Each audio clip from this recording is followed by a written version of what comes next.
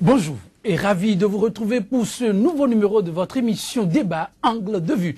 Dimanche, plus de 6 millions d'électeurs, sauf rebondissement de dernière minute, seront aux urnes dans le cadre du premier tour de la présidentielle en Guinée-Conakry. En lice, 8 candidats, dont le président sortant Alpha Condé.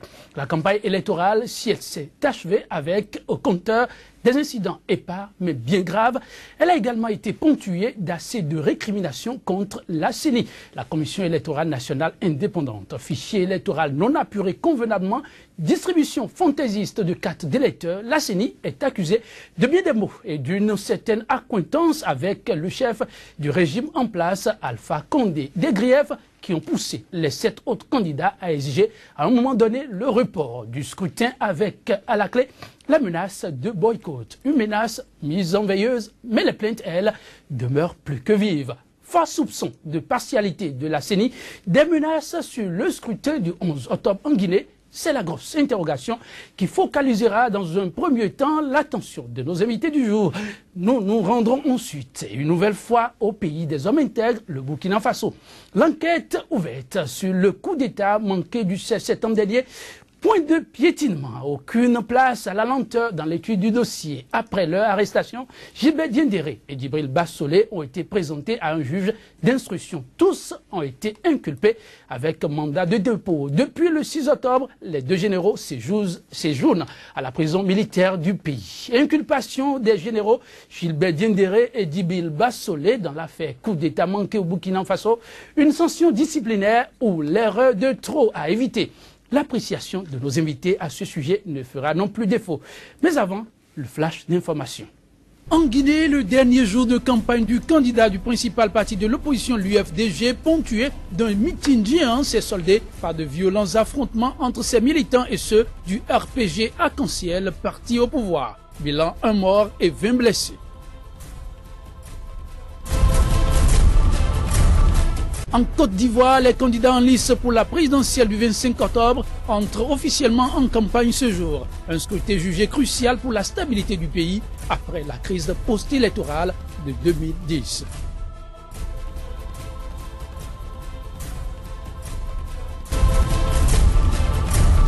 En Libye, l'émissaire des Nations Unies Bernardino Léon a annoncé dans la nuit du jeudi à ce jour la formation d'un gouvernement libyen d'union nationale. L'équipe est présidée par Fayez El-Sarraj et 3 vice-premiers ministres.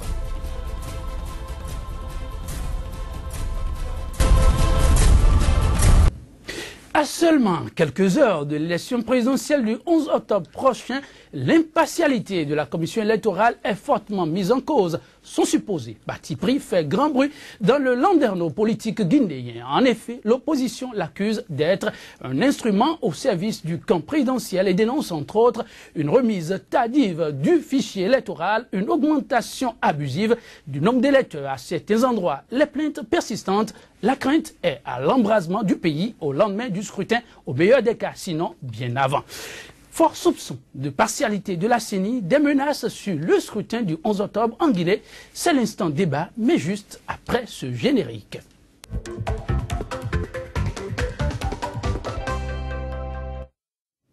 Le décryptage de ce jour se fera avec Vincent Folly, journaliste, éditorialiste et directeur de publication de la Nouvelle Tribune, un quotidien béninois d'information. Vincent Folly, bonjour. Bonjour. Et merci de répondre à notre invitation. C'est moi qui suis honoré. Sur ce plateau, Médéric François Gongo, journaliste, éditorialiste aussi, et promoteur du quotidien béninois d'information Actu Express. Médéric François Gongo, bonjour. Bonjour Joël et bonjour amis téléspectateurs et téléspectatrices de Sika TV. Vous l'avez constaté jusqu'au bout, la CENI, la Commission électorale nationale indépendante, aura été sous le feu des critiques. Pas plus tard qu'hier, Cellou Dalein Diallo demande à la CENI de revoir sa copie médrique. Qu'est-ce que ça vous inspire? Dur, l'époque des élections dans le système de démocratie libérale en Afrique, dirait-on. Puisqu'à l'évidence, on a comme l'impression que le processus électoral, partout dans les pays africains, souffre dès le début.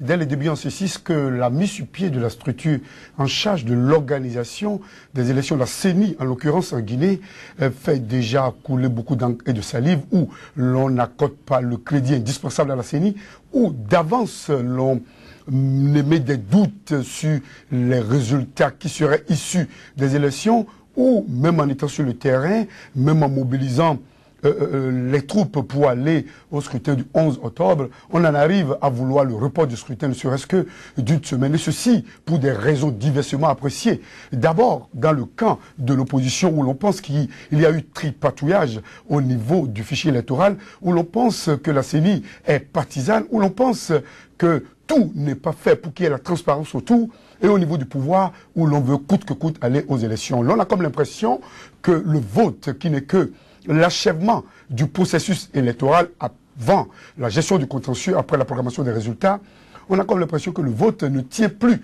tellement pour les candidats, ne tient plus tellement pour les éminents, sinon les dirigeants de ces pays, où l'on veut d'abord jouer sur la psychologie individuelle et collective en mettant en cause, en fragilisant la structure en charge de la gestion des élections, en mettant en cause le fichier électoral, en venant pour dénoncer le mécanisme d'acheminement du matériel, parce que c'est clair, tel que ça se passe, c'est clair qu'il y aura le jour du scrutin des difficultés d'acheminement du matériel à des endroits où on trouverait l'opposition beaucoup plus en position favorable, et il y aurait des problèmes, des dénonciations, déjà qu'on a constaté qu'il y a des morts. Bref, nous allons vers un processus électoral à rebondissement, nous allons vers une élection à problème, et nous allons vers des contentieux énormes, et pourquoi pas, nous allons vers des débordements ethniques qui pourraient nous amener une fois encore à nous demander si vraiment les peuples africains sont véritablement prêts pour la démocratie libérale. Mais nous ne disons pas non, puisque à l'évidence nous avons le même intellectuel, nous avons la même capacité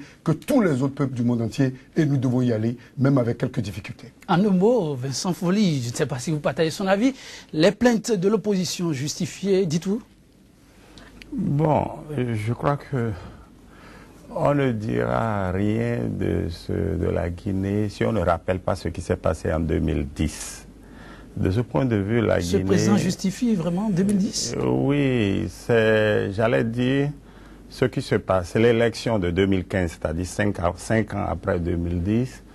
J'allais dire que c'est la prolongation, si j'emploie un terme sportif, c'est la prolongation du match de 2010. Mais la CENI mise en cause dit être prête pour organiser une élection transparente. Oui, écoutez, j'allais dire que la Guinée, de ce point de vue, ressemble à tous nos pays. La Guinée en Afrique, c'est un pays africain, malheureusement riche. Je dis malheureusement, je devais dire heureusement. Oui. Et pourquoi malheureusement? Malheureusement parce que j'ai l'impression que ce pays, comme des pays comme... qui ont du pétrole, qui ont des richesses. On parle du sol guinéen comme d'un scandale géologique. Donc la Guinée, c'est un pays qui a beaucoup de richesses, encore inexploitées malheureusement. Mais, et donc ces pays où il y a beaucoup de richesses ont des problèmes. Mais quel lien avec le travail de la CENI? On reproche à la CENI de ne pas rendre un fichier électoral potable. C'est que on reproche à la CENI de ne pas recenser tous les électeurs. On reproche à la CENI d'envoyer abusivement des cartes d'électeurs là où il n'en faut pas. Mais ça n'a rien à voir avec les richesses de la Guinée. C'est des récriminations récurrentes dans tous les pays africains.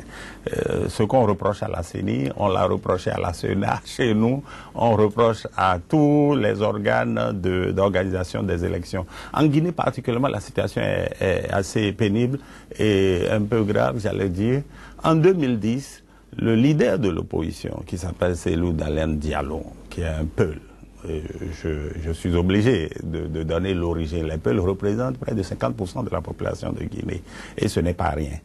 Et donc, le leader avait eu 48% des suffrages au premier tour. Quelqu'un qui a 48%, au second tour, c'est presque tout donné. Mais les Guinéens ont mis 2 mois pour organiser le second tour, si ce n'est pas plus. Mes souvenirs peuvent se perdre aussi. Et donc, à la fin, c'est celui qui a eu 18% des suffrages, à savoir le professeur Alpha Condé, un leader historique, un opposant de longue date. C'est lui qui est sorti gagnant.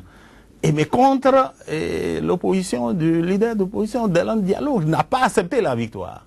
Aujourd'hui, Alpha Condé qui est venu au pouvoir et qui a fait des réalisations, et vous ne serez pas étonnés d'apprendre, et nous n'avons pas été étonnés d'apprendre qu'on a inauguré le barrage de Caleta, un mot qui ressemble au nôtre ici, mais ça n'a rien de Caleta ici. C'est une ville qui s'appelle Caleta, c'est le barrage de Caleta qui apporte de l'électricité, qui est vraiment le manque, le problème le plus crucial de la Guinée. Donc il a fait un certain nombre de réalisations et il pense que ça jouerait en sa faveur, un peu comme ici ou ailleurs, où celui qui est au pouvoir pense que ce qu'il a réalisé va lui permettre de gagner les élections. De l'autre côté, Cellou Dalein Diallo, il a rage d'en découdre avec, parce qu'il pensait qu'il était au bord donc du succès et qu'on lui a volé sa victoire. Il continue de dire que c'est lui qui a gagné et personne ne peut dire le contraire.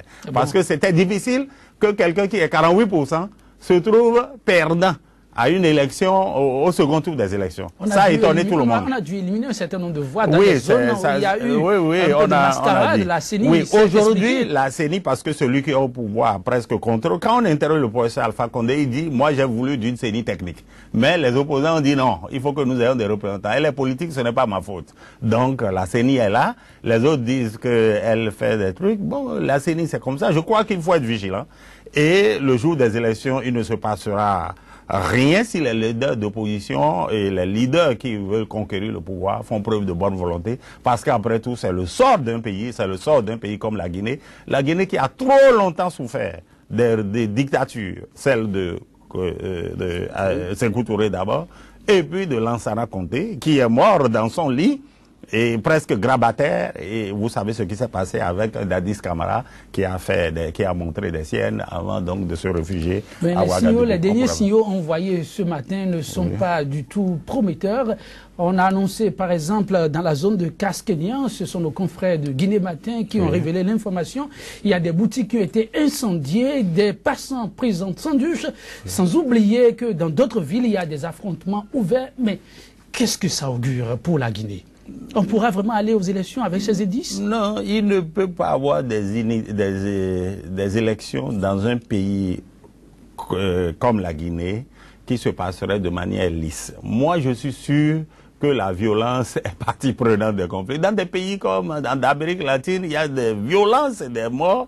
Et si on vous cite l'exemple du Guatemala ou des autres pays, vous verrez. En Afrique, on a tendance à un peu trop. Le Nigeria, même à côté, les élections qui ont porté Yar'Adua au pouvoir, avant celui qui est parti, comment il s'appelle, Jonathan, Goodluck Jonathan, ont été des élections violentes. Et les élections qui ont amené Obasanjo aussi au pouvoir ont été de même. Donc, il ne faut pas monter en épingle ces choses qui sont de l'ordre des choses, parce qu'il y a des partisans, il y a des gens qui ont faim, mais il faut canaliser, il faut que les leaders restent patriotes et sachent que c'est l'avenir du pays qui est en jeu. Mais donc, il ne faut pas trop grossir ni minimiser, bien sûr. Je ne minimise pas l'ampleur des dangers qui planent sur l'horizon de la Guinée. Mais je dis, avec un peu de calme, et la communauté internationale, on pourra avoir des élections relativement propres. On espère vivement, parce que au grief des opposants, on a eu aujourd'hui les commissaires de la CENI qui ont dénoncé, je cite,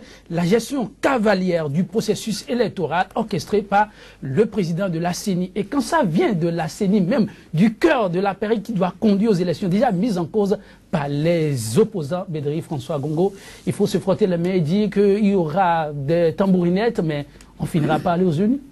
Oui, c'est vrai qu'on ira aux urnes, mais on cassera beaucoup d'œufs avant de faire les omelettes des élections. Ah, ça c'est heureux, il y aura des omelettes à prendre là. À l'évidence, c'est qu'on a constaté l'absence de la société civile, comme on l'avait constaté lorsque Dadis Camara devrait partir. On avait vu la secrétaire générale, Madame la secrétaire générale de l'Union générale des travailleurs de Guinée, s'investir. On avait vu le travail que les syndicalistes ont eu à faire en ce moment. On avait vu une mobilisation de la presse qui n'était pas trop partisane, mais on a remarqué qu'avec l'arrivée d'Alpha Condé, il y a eu une sorte de récupération d'une certaine presse, il y a une sorte de dormance de la société civile, et ipso facto, nous avons constaté la mise sur pied d'une CENI qui, aujourd'hui, se retrouve être un peu divisée parce que certainement l'opposition a fait du travail en temps, hein, entre le moment où l'opposition a dénoncé les irrégularités au niveau du fichier électoral, des difficultés par rapport à la distribution des cartes et d'électeurs, beaucoup d'autres choses. La CENI a eu à faire du travail de lobbying et on a constaté les résultats. Les résultats de ce travail, c'est qu'il y a eu des désaffiliations par rapport à la première ligne adoptée par la CENI, où on a déjà à l'intérieur de la CENI des dissidences, des levées de boucliers qui préludent de ce que nous pouvons avoir plusieurs types de résultats, qui préludent de ce que, avant même que les élections n'aient lieu, nous avons déjà des difficultés par rapport, à l'acheminement du matériel électoral. Il n'y en aura pas des endroits où l'opposition serait majoritaire ou serait en pôle position, et où les membres ou les commissaires proches du pouvoir en place auraient la possibilité ou seraient chargés d'acheminer le matériel. Bref, le combat se mènera au niveau de la CENI. Le combat va se poursuivre sur le terrain où il y aura des difficultés par rapport à l'organisation.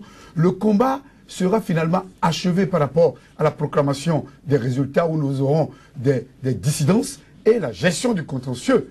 Bref, nous allons vers une spirale de crise, un rebondissement d'affrontements et pourquoi pas des affrontements ethniques. Et c'est en cela qu'il est très important qu'au niveau des structures régionales en charge d'observance des règles démocratiques et de la lutte pour la paix, qu'il y ait déjà des mécanismes d'alerte. Et qu'au lieu d'être des spectateurs heureux, au lieu d'être des adeptes de la connivence et des accointances coupables avec les régimes en place ou les opposants, que les observateurs jouent véritablement les rôles d'observateurs. Qu'ils alertent du pire, là où il y aura de problème, parce qu'ils sont déjà sur le terrain, et qu'ils arrivent à amener les gens, à corriger les difficultés, quitte à colmater les brèches, pour que les difficultés que nous savons aujourd'hui n'aient pas d'incidence trop grave sur la finalisation des résultats, et qu'on aille vers des élections paisibles le jour du vote, même si on peut noter quelques débordements, et que finalement, celui qui gagne soit reconnu comme tel, et que celui qui perd, ensemble avec sa coalition, se range dans les rangs. Mais des milliers d'électeurs, 104 d'électeurs à un jour du scrutin pratiquement, pensez-vous qu'on peut corriger quelque chose là? Oui, je pense qu'on peut y aller parce que vous savez, les imperfections, on l'a constaté au Bénin, également chez nous. On avait eu notre lépi qui nous a mené à ce chaos historique. Cette lépi n'est pas encore corrigée jusqu'à aujourd'hui. On ira encore aux élections en laissant sur le banc des centaines de milliers d'électeurs. Mais je pense que l'essentiel, c'est d'expliquer pourquoi il y a des problèmes, c'est de démontrer comment on peut régler les problèmes, et c'est d'aller aux élections en donnant la garantie, l'essentiel, et c'est ce que Maître Kébé il a dit. Je pense qu'il a dit qu'ils vont œuvrer pour que les suffrages exprimés soient en phase avec les résultats proclamés. C'est-à-dire que lui-même, il reconnaît qu'il y a des problèmes.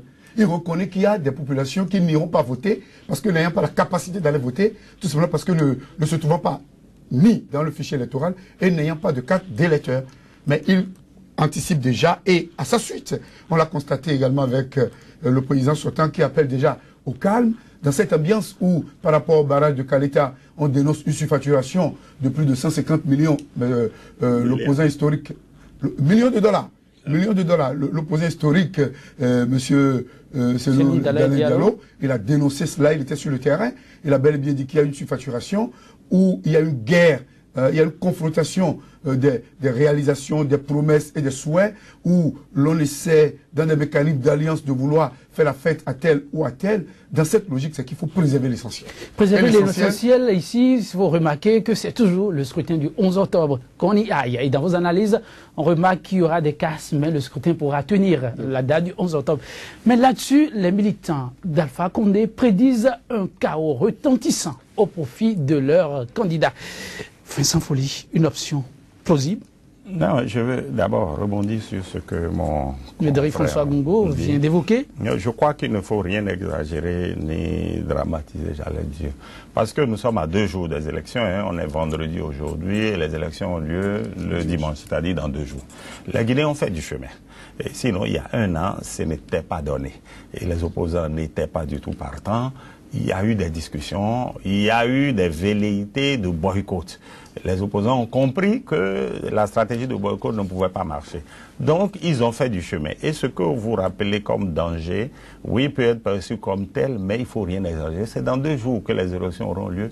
Il ne peut pas avoir dans un pays comme la Guinée des élections calmes. Ce serait trop difficile de le croire. Mais il ne faut pas exagérer non plus les troupes qui auraient. Et c'est de bonne guerre que l'opposition dise que bon, ils ne veulent pas aller, que la CENI dénonce les gens. Moi, je ne suis pas là, nous ne sommes pas des acteurs, on ne sait pas, on n'est pas dans le pays. Nous ne faisons que des coupures de presse, nous lisons les journaux et nous regardons la télé et nous voyons à peu près. Mais ceux qui sont au fait de la réalité peuvent savoir. Mais nous savons que la situation actuelle de la Guinée n'est pas la pire qui puisse exister.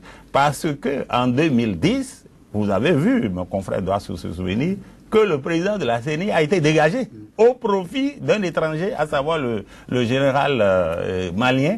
C'est lui qui a organisé les élections qui ont donné le Alpha Condé vainqueur. Donc aujourd'hui, il y a une CENI, ils dénoncent tous le président, Maître Kébé vous avez dit, mais ils ont tous d'accord, à 2 jours des élections, on ne peut pas refaire le schéma de 2010. Alors, donc il y a déjà un consensus. L'effort qu'il y a à faire, c'est ça. Et actuellement, c'est que la tendance, c'est quoi? Les gens ont essayé de faire des alliances. Cellou Dalein Diallo a fait alliance avec Dadis Camara. Ce qui n'a pas marché. Et ça n'a pas marché parce que le pouvoir n'en voulait pas. Parce que la Guinée, comme tous les autres pays africains, nous fonctionnons sur la base encore ethnique. Et Cellou Dalein Diallo, j'ai dit qu'il est Peul. Et les Peul représentent 50% de la population. Il s'allie à celui qui est dans la Guinée forestière, d'où Dadis Camara est. Et puis, bon, le tour est joué, il sera au second tour. Ou bien il peut gagner KO au premier tour. Les autres assurent que ils ont la possibilité, vu leurs résultats, c'est-à-dire Alpha Condé, vu ce qu'il a réalisé, il se dit qu'il peut gagner au premier tour et donc battre les gens. Donc c'est une bataille de chiffres. Le schéma mais je crois que n'a pas marché. Il n'y aura pas, il y aura un second tour en Guinée. Il y aura un Sinon, ça risque d'être catastrophique. Donc le schéma du chaos est exclu. Non, moi je ne peux pas l'exclure, je ne sais pas ce que les gens préparent, je ne suis pas dans la tête des politiciens guinéens, et je ne sais pas, nous n'avons jamais pensé au chaos ici, et pourtant c'est arrivé. C'est arrivé, on nous l'a imposé. Car l'État dont vous avez parlé tout à l'heure, ça peut peser lourd dans la balance, non? C'est quoi? Une infrastructure qui permet aujourd'hui aux Guinéens d'avoir de la lumière, ce qui hier n'était pas possible. Oui, et Alpha Condé dit dans sa dernière interview à RFI, moi j'ai hérité d'un pays, mais je n'ai pas hérité d'un État. C'est-à-dire que la Guinée, pour ceux qui sont allés, moi j'ai pas encore eu la chance d'y aller, mais c'est un pays immensément riche, mais où il n'y a rien. Les infrastructures sont restées telles que c'était en 1960. Quand on voit les images de Conakry, c'est une ville de province. Ça ne ressemble pas à Abidjan. Donc, ce pays est en retard à tout point de vue. Il n'y a pas l'électricité, il n'y a pas d'eau. Donc, il dit, j'ai hérité d'un pays, mais pas d'un État. Il a fallu tout reprendre. L'État, c'est les Cellou Dalein Diallo qui l'ont géré, parce qu'il a été Premier ministre de Lansana Conté. Et ça, c'est le bilan qu'ils avaient contre le bilan actuel. Chacun dit, moi j'ai fait plus que l'autre. Mais c'est le jeu des alliances. Ces données regroupées, vous voyez Alpha Condé passer les mailles du premier tour. Moi, je ne sais pas. Et je dis que tel que le pays est composé, tel que nos pays sont, et je parle aussi de demain la Côte d'Ivoire, tout est possible. Lorsque les 2 grands partis s'allient, actuellement ils cherchent à s'allier avec le parti l'UFR de Sidia Touré, qui représente une petite ethnie du Sud. Bon, ils chercheraient cette alliance et contre celle que Cellou Dalein Diallo a essayé de faire contre Alpha Condé. Mais les deux veulent l'électorat de Sidia. Et parce que Sidia était son partenaire aux élections de 2010. Donc, en fait, c'est le jeu des alliances. Aucun parti n'est suffisamment fort pour gagner une élection au premier tour en Afrique.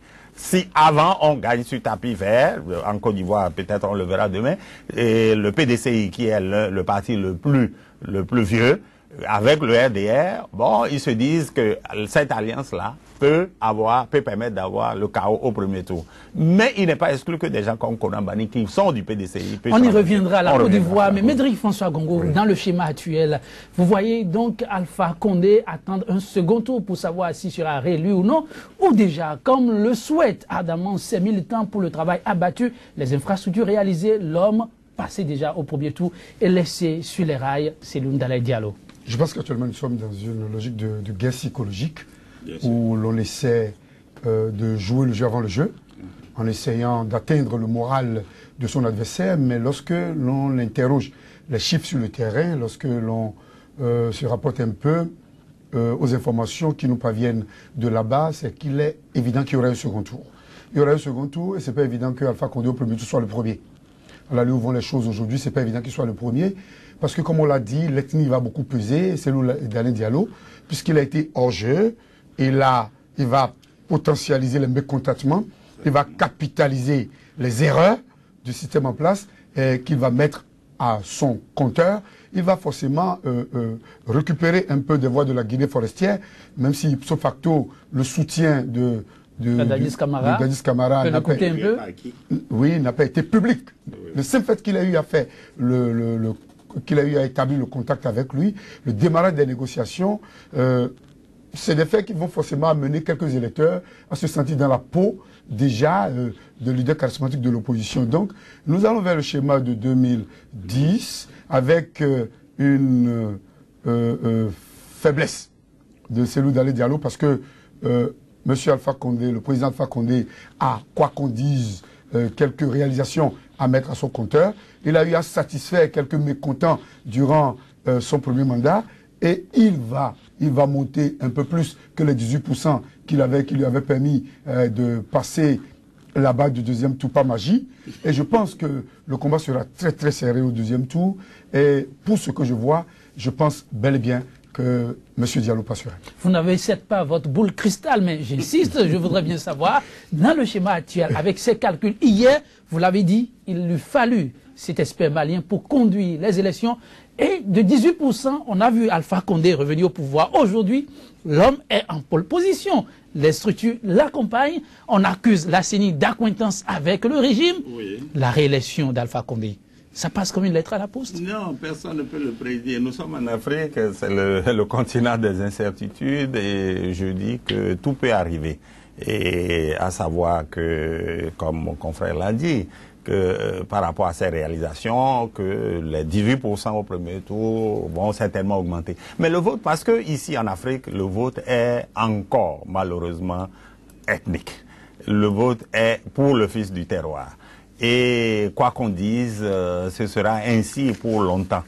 Ben, qu'est-ce qu'il faut faire? Parce que les réalisations, à proprement parler, lorsque on met les réalisations en avant d'un régime, les gens vont dire, ben, comme on dit ici. Est-ce que c'est ça qu'on va manger? Okay. Les gens ont faim, mais vous leur parlez de réalisation, bien sûr que c'est l'électricité, mais le vote n'est jamais dans le sens d'accréditer le bilan d'un chef d'État. De mon point de vue, en Afrique, le vote est essentiel. Les gens se moquent pas mal de ce que quelqu'un a réalisé. On ne regarde que le fils qui arrive. Et on ne regarde que le fils qui arrive. Médry François Gongo, vous l'avez dit, il y aura beaucoup de casses. Et vous considérez cela comme des omelettes à casser, des œufs à casser pour avoir les omelettes. Ouais. Dans ce schéma, alors, on peut conclure qu'on aura un bis repetita 2010. L'après-élection a été émaillée d'incidents qu'on ne peut pas oublier. On comptera une nouvelle fois encore des morts. On comptera beaucoup d'effets collatéraux. Les populations vont forcément en pâtir parce que, vous savez, ce sont des peuples qui ne savent pas se retenir comme d'autres peuples. Et il n'y a pas de mécanisme d'anticipation d'éventuelles crises. On ne voit pas encore le clergé s'impliquer, on ne voit pas encore... On a vu quelques prières qui ont été organisées par des imams de manière épaisse, mais on ne voit pas un mouvement d'ensemble pour en appeler au calme, pour anticiper sur des crises et pour démontrer aux Guinéens qu'ils sont unis, ils sont sur le même territoire et que chacun doit s'accepter et se tolérer. Mais là où nous allons vers, j'allais dire, une volonté du pouvoir en place et de s'esprit de s'accrocher, ce qui va amener la grande majorité des Guinéens à ne pas vouloir se laisser aussi facilement damer le pion. Nous irons vers des affrontements qui ma foi, pouvaient s'exacerber plus que ce que nous avons vu en 2010, sauf si très tôt, hein, je pense qu'entre aujourd'hui et dimanche, la CEDEAO, l'Union africaine et les organisations du système des Nations Unies en arrivent à rentrer dans le jeu et à jouer de leur partition pour qu'on limite les casses. Vous en appelez à la participation de la communauté internationale, pour ne pas dire de la CEDEAO, de l'Union africaine. Je suis très réservé. Si l'Union africaine, oui, qui est un peu loin, et qui parfois ne maîtrise pas les choses, mais la CEDEAO, je me méfie par rapport à ce qui s'est passé. Non, s'il vous plaît, s'il vous plaît. Oui, non, je suis obligé de considérer. Dans toute entreprise, il y a des faux pas. Considérons que ce qui s'est passé n'était qu'un faux pas. C'est des États avec des intérêts. Bon, on parlera du Burkina tantôt. Ce qui se passe dans nos pays intéresse nos voisins. Et nos voisins ont des intérêts, donc ils veulent s'y mêler. Et souvent, ça crée. Et ce qui se passe à la CEDEAO, ce n'est jamais très clair. Bon, moi, je ne compte pas sur la cause. Je compte plutôt sur la société civile. Mais malheureusement, la société civile guinéenne est encore très faible. On ne peut pas la comparer à la burkinabé, qui est vraiment dynamique. Que nous aurions en tout cas beaucoup de mérite d'imiter sous nos cieux, parce que ce qui s'est passé au Burkina ne serait pas passé si on s'était confié simplement à la CEDEAO. L'après-élection en Guinée, oui, il faut craindre pour l'après-élection, parce que la plupart des leaders sont des sexas ou des septuagénaires. Alpha Condé, 77 ans, et Cellou Diala est le plus jeune, il a 63 ans, c'est Kouyaté a 65 ans, et j'ai consulté avant de venir, et Sédia Touré, 70 ans. Alors, c'est des septuagénaires, c'est la dernière tentative. Ils n'ont pas de limitation de mandat, que je sache là-bas. Ils n'ont pas de limitation d'âge. Mais quand on arrive à 77 ans, pour un leader, un historique comme Alpha Condé, ben, il faut prouver qu'on a été un bon dirigeant, parce que 82 ans, dans 5 ans, il ne pourra plus faire autre chose. Donc, il veut jouer son va-tout. Le plus jeune qui peut encore attendre, c'est Cellou Dalein Diallo. Tous les autres seront plus vieux. Donc, c'est l'élection des dernières chances, et j'ai l'impression que les gens seront... Ça peut... Non, je ne veux pas utiliser le mot. Mesdames, Messieurs, ce sera tout pour notre premier débat de ce jour. À présent, un nouveau point de l'actualité. C'est le flash d'information.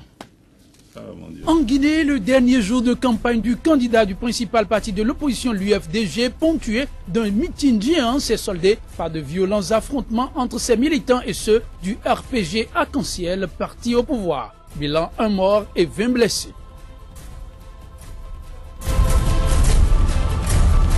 En Côte d'Ivoire, les candidats en lice pour la présidentielle du 25 octobre entrent officiellement en campagne ce jour. Un scrutin jugé crucial pour la stabilité du pays après la crise post-électorale de 2010.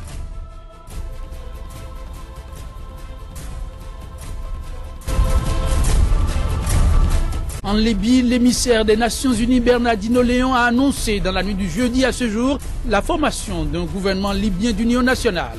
L'équipe est présidée par Fayez El-Sarraj et 3 vice-premiers ministres.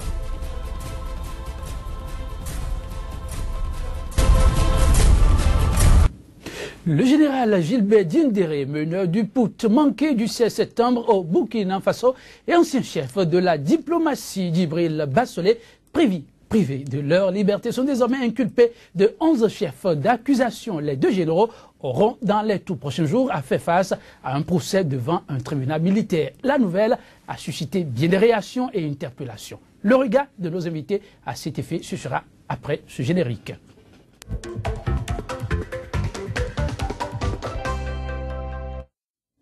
Cette émission se poursuit avec Vincent Folly et Médéric François Gongo. Vincent Folly, Gilbert Diendéré a été inculpé d'attentat à la sûreté de l'État et de 10 autres chefs d'inculpation.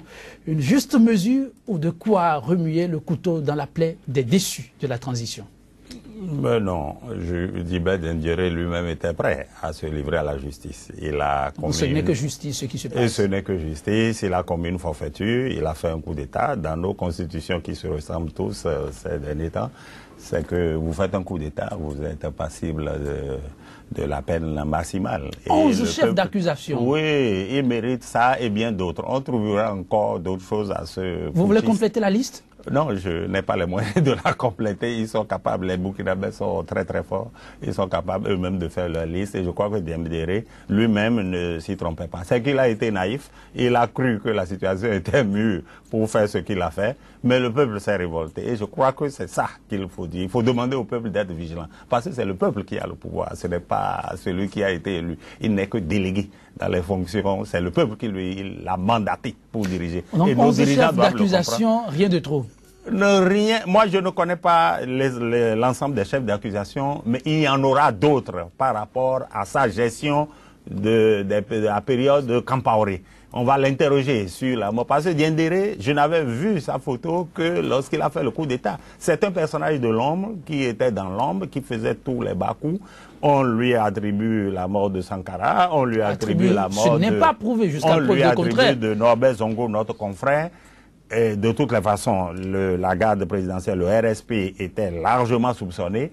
Mais donc, c'est quelqu'un qui devra répondre de ce qu'il a fait devant la justice, et ce n'est que justice. Maintenant, pour le général Bassolé, je suis un peu de loin, je ne peux pas argumenter, je ne sais pas ce qu'on lui reproche, sauf la proximité avec le pouvoir. On lui reproche d'avoir accompagné l'initiative. Certainement, donc, ce que l'homme les demande. enquêtes devraient le prouver, parce qu'il n'était plus ministre, il était en réserve, il s'était porté candidat, c'est vrai, et on l'a disqualifié parce qu'il a participé à un régime qui a voulu changer la Constitution. Et pour moi, de mon point de vue, ce n'est que justice, il devrait se calmer.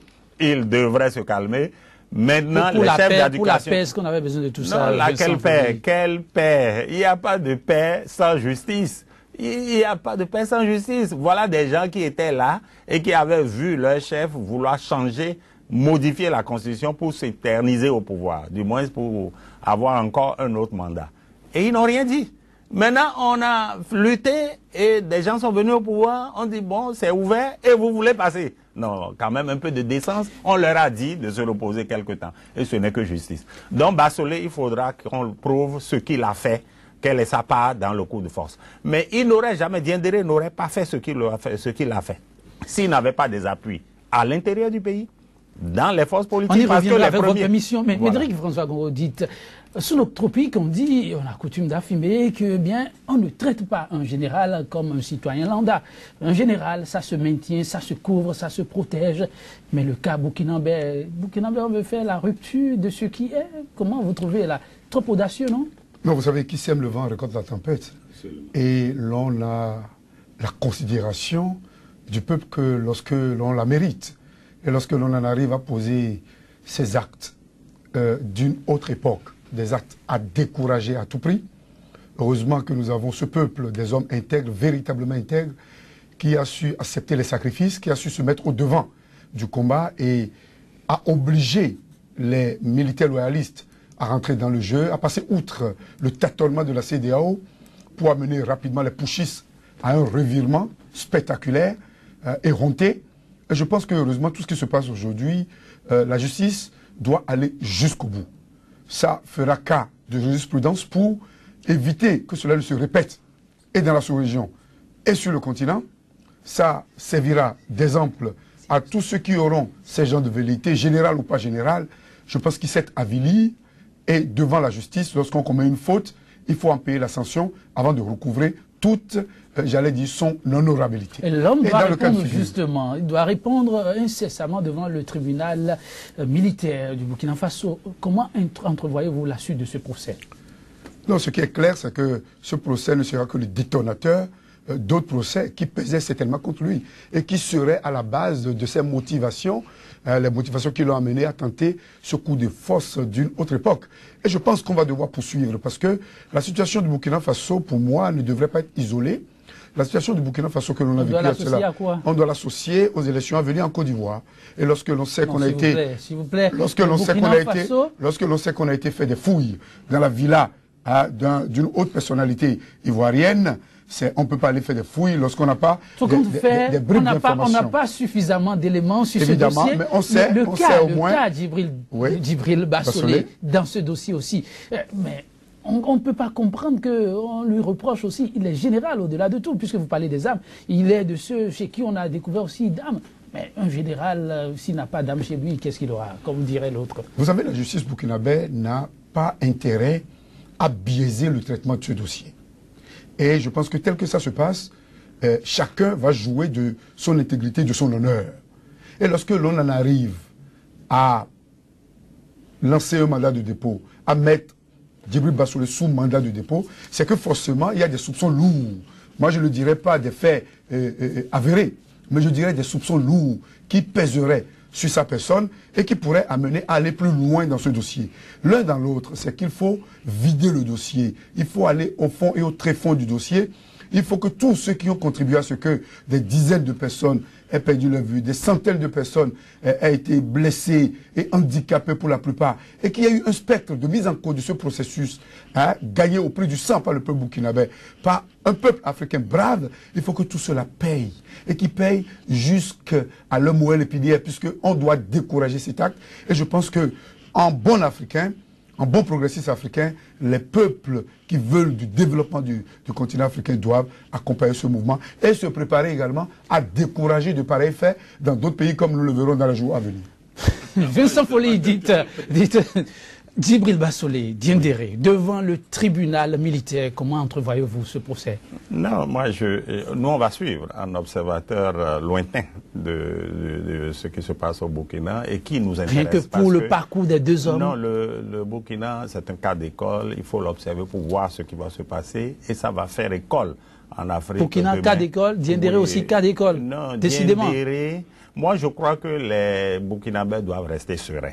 Je ne sais pas si dans le processus actuel de recherche des complicités du général, s'il y a des velléités de règlement de compte. Mais il faut le regretter s'il y en avait. Parce que les faits doivent être constitués contre Diendéré. Maintenant, je dis Bassolé, il faut chercher quelle ramification, quel lien. Et je crois qu'ils sont mieux placés pour savoir quel rapport il a. Il n'a pas condamné le coup d'État. Hein. Je crois que c'est l'un des premiers reproches qu'on lui a fait. Il est resté en réserve et les auteurs du coup d'État, ce qu'ils voulaient, c'est exactement ce que Bassolé voulait. Ça l'arrangeait d'être partie prenante de l'élection à venir, ça l'arrangeait que la situation change et que les gens de la transition passent le relais à quelqu'un d'autre. C'est ça qu'on peut lui reprocher. Maintenant, est-ce que c'est suffisant pour le condamner? Je crois que les Burkinabés ont intérêt à rester sereins, mais nous n'avons pas de leçons à leur donner. Ils sont suffisamment mûrs pour savoir ce qui est bon pour eux. Maintenant, pour le faire, je crois que Diendéré n'a eu que ce qu'il mérite. Il a commis une forfaiture, je l'ai dit au début, il doit payer pour ça. Et payer pour les autres crimes qu'il est censé avoir commis. Et je crois que c'est le moment pour le Burkina de faire vraiment, de mettre tout à plat et de solder les comptes depuis la mort de Sankara. Au désarmement, on l'a constaté, une trentaine d'éléments n'ont pas répondu à l'appel. Avec à mot point, ils se sont évaporés dans la nature. Faut-il craindre? Oui, il faut craindre, mais l'État, c'est un État. Il y a maintenant l'armée loyaliste qui a les moyens. Regardez, ils ont pu maîtriser les forces comment on les appelle là, le régiment, les RSP, sans tuerie, d'après ce qu'on nous a dit. Bon, il n'y a pas eu de mort, ça doit être un miracle. Mais il faut qu'ils poursuivent la charge jusqu'au bout. Je vous l'ai dit, après le général Bassolé, le général Diendéré, ils ont arrêté le secrétaire général adjoint du CDP, M. Tabsoba. Tout à fait. Bon, donc les complicités sont dans leur... Parce que c'est les premiers à se réjouir du coup de force. Il faut leur poser des questions et savoir quelle part ils ont prise. Hein. Je crois que Diendéré comptait essentiellement sur les forces intérieures, c'est-à-dire le CDP, et il comptait aussi sur ses amis de la CEDEAO qui devraient lui arranger ça. Et on a vu ça dans le communiqué, le premier communiqué, c'est-à-dire ce qu'on a appelé le pré-accord, le projet d'accord. Vous n'allez pas jeter la pierre à la CEDEAO. Oh, la CEDEAO mérite beaucoup de pierres. La CEDEAO était là juste pour l'équilibre régional. La CEDEAO, c'est des intérêts des chefs d'État. C'est un syndicat. Ce n'est pas la CEDEAO de nos peuples. On pourrait pour le moment, c'est le syndicat. On pourrait vous comprendre si Diendéré était chef d'État, il n'est pas chef d'État, c'est un putschiste. Comment la CEDEAO va-t-elle lui apporter sa caution? Regardez comment la Côte d'Ivoire a reçu le coup. Ouattara ne s'est pas exprimé durant la période et on a vu. Ouattara et CEDEAO, ce n'est pas la même chose. Non, la CEDEAO... les jeux de coulisses, on peut savoir ce qui s'est passé dans les coulisses. Le projet d'accord qui a été soumis aux acteurs politiques burkinabés, le premier projet d'accord soumis par le président Macky Sall, malheureusement, c'était un mauvais projet qui faisait la part belle aux putschistes. Ils voulaient quoi? l'amnistie pour eux, alors qu'ils ont tué une dizaine de personnes pendant cette période-là, et ils voulaient que les membres du CDP reviennent dans le jeu politique. Mais ce n'est pas à eux de faire. Tout ceci, c'est du passé. Chacun a tiré les leçons qui s'imposent. Médéry François Gongo, on attend la date du scrutin. Là, on ne la connaît pas encore. Un petit mot par rapport à cette date qui finit par faire languir les Burkinabés. L'idéal, c'est de ne pas aller à l'exclusion. C'est d'amener les membres du CDP, même si certains doivent être mis au jeu, ceux qui se seraient rendus coupables d'acquaintance avec les putschistes. Il va falloir rapidement y aller, les mettre au jeu, permettre à ceux à qui on n'a rien à reprocher de participer au jeu, parce que souvent l'exclusion amène à des implosions dans certains pays comme on l'a constaté. Je pense que lentement, mais sûrement, je dirais pas mais, je dirais lentement et sûrement, le peuple burkinabé va vers des élections rarement démocratiques en Afrique, parce que tel que ça se passe, chacun va se surveiller, comme du lait sur le feu, et on aura un bon gouvernement pour que ce pays frère et ami, parce que ne l'oublions pas, nous avons au moins, ne serait-ce qu'un dixième de Béninois qui serait d'origine burkinabé, et que ce pays frère et ami retrouve la paix pour que la paix ne soit plus menacée à jamais. Je ne connais pas d'où vient ce chiffre, un dixième de Au minimum un dixième. Un dixième. Ouais, la paix, rien que la paix pour le Burkina Faso, ceci reste le vœu de nos invités du jour pour le pays des hommes intègres. Mesdames, Messieurs, vous l'avez compris, cette émission s'achève. Merci à vous de nous avoir suivis et très bonne suite de programme sur SICA. L'information, c'est en continu sur votre chaîne.